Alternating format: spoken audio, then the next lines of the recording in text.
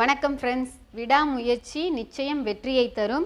இந்த வீடியோவில் நம்ம என்ன பார்க்க போகிறோம் அப்படின்னா, 8ஆம் வகுப்பு ஐரோப்பியர்கள் வருகை அந்த பாடத்தில் இருந்து 5வது பகுதியாக இந்த வீடியோவை நான் வெளியிடுறேன்.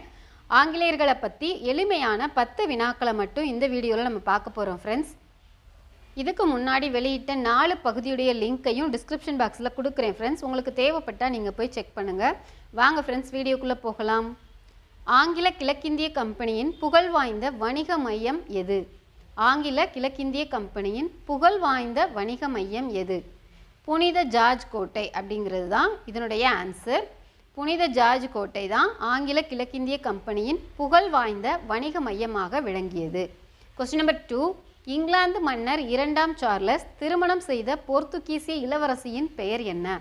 இங்கிலாந்து மன்னர் 2ஆம் சார்லஸ் திருமணம் செய்த போர்த்துகீசிய இளவரசியின் பெயர் என்ன அப்படின்னா காதரின் அப்படிங்கிறது தான் அவங்களுடைய பெயர்.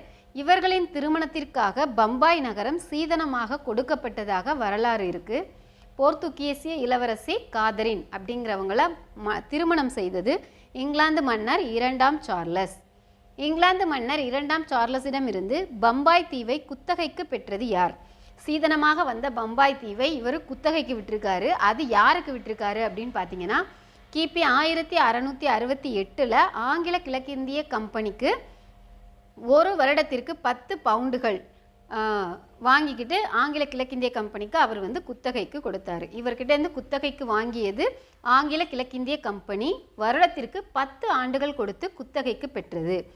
கிபி 1690 சுதாநுதி என்ற இடத்தில் வர்த்தக மையம் யாரால் நிறுவப்பட்டது? சுதாநுதிங்கிறது ஊரோட பெயர். அந்த இடத்துல வர்த்தக மையம் யாரால் நிறுவப்பட்டது அப்படின்னு பார்த்தீங்கன்னா, அந்த ஆங்கிலேயருடைய பெயர் ஜாப் சார்னாக் அப்படிங்கிறவர் தான்.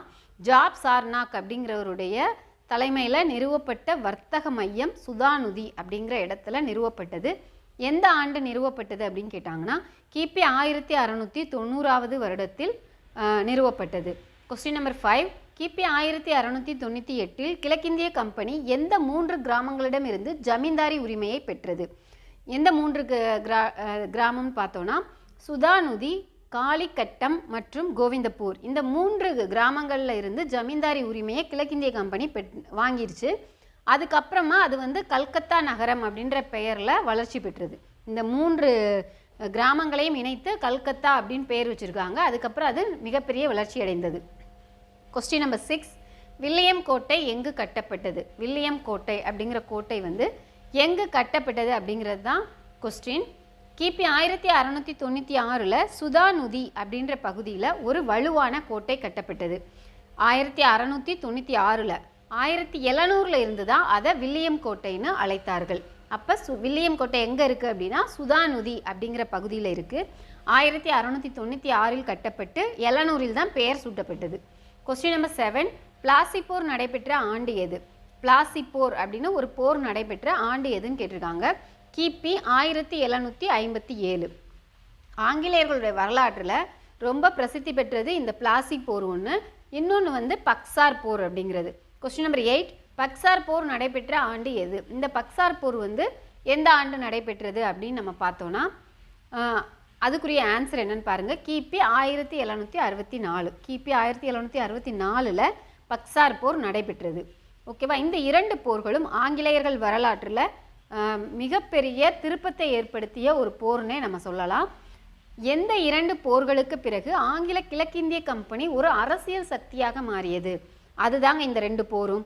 என்னென்ன போர் நம்ம இப்போ பார்த்தோம்? பக்சார் போரும் பிளாசி போரும். இந்த 2 போர் தான் ஆங்கில கிழக்கிந்திய கம்பெனி ஒரு அரசியல் சக்தியாக மாறுவதற்கான காரணமாக அமைந்தது. ஒன்று பிளாசி போர், இன்னொன்று பக்சார் போர் அப்படிங்கிறது. இந்த 2 போருக்கு அப்புறமா ஆங்கிலேயர்கள் ஒரு அரசாங்கத்தை அமைக்கக்கூடிய அளவுக்கு பெரிய ஆட்களாக வளர்ந்துட்டாங்க. நிறைய செல்வாக்கோட அவங்களுடைய கிழக்கிந்திய கம்பெனி வளர்ந்துருச்சு. கொஸ்டின் நம்பர் 10, இந்தியா ஆங்கில அரசின் நேரடி கட்டுப்பாட்டின் கீழ் வந்தது எந்த ஆண்டு? எந்த வருஷம் இந்தியா முழுக்க ஆங்கில அரசின் நேரடி கட்டுப்பாட்டில் வந்துச்சு அப்படின்னா, கிபி 1858 வருடம். கிபி 1858 வருடம் ஆங்கில அரசின் நேரடி கட்டுப்பாட்டின் கீழ் இந்தியா வந்தது. ஃப்ரெண்ட்ஸ், இந்த வீடியோ உங்களுக்கு ரொம்ப யூஸ்ஃபுல்லாக இருந்திருக்கும் அப்படின்னு நான் நம்புகிறேன். இதை தொடர்ந்து டேனியர்கள் மற்றும் பிரெஞ்சுக்காரர்களை பற்றியும் அடுத்த வீடியோவில் நம்ம பார்ப்போம். தேங்க்யூ ஃபார் வாட்சிங் ஃப்ரெண்ட்ஸ்.